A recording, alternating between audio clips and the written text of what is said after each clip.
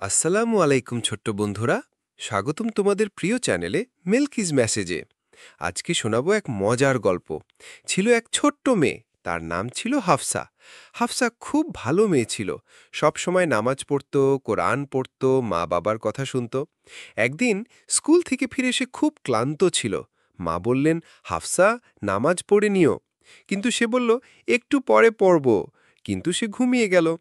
ঘুম থেকে উঠে হাফসা বুঝল নামাজটা মিস হয়ে গেছে। তার মনটা খারাপ হয়ে গেল। সে চুপচাপ জানালার পাশে গিয়ে দাঁড়ালো, চোখে জল। সে জানে ভুল করলে কি করতে হয়।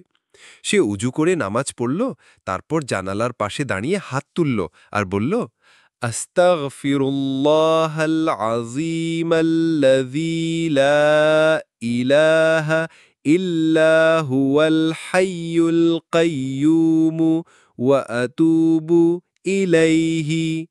হে আল্লাহ, আমি তোমার কাছে ক্ষমা চাই। তুমি ছাড়া কেউ ইলাহ নও। তুমি চিরঞ্জীব, চিরস্থায়ী।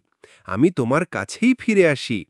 মা তাকে জড়িয়ে ধরলেন, বললেন, ভুল করলে দুঃখ পাওয়া ভালো, কিন্তু তাওবা করাটাই আসল। আল্লাহ তো বলেই দিয়েছেন, আমি তো তাওবা গ্রহণকারী, পরম দয়ালু।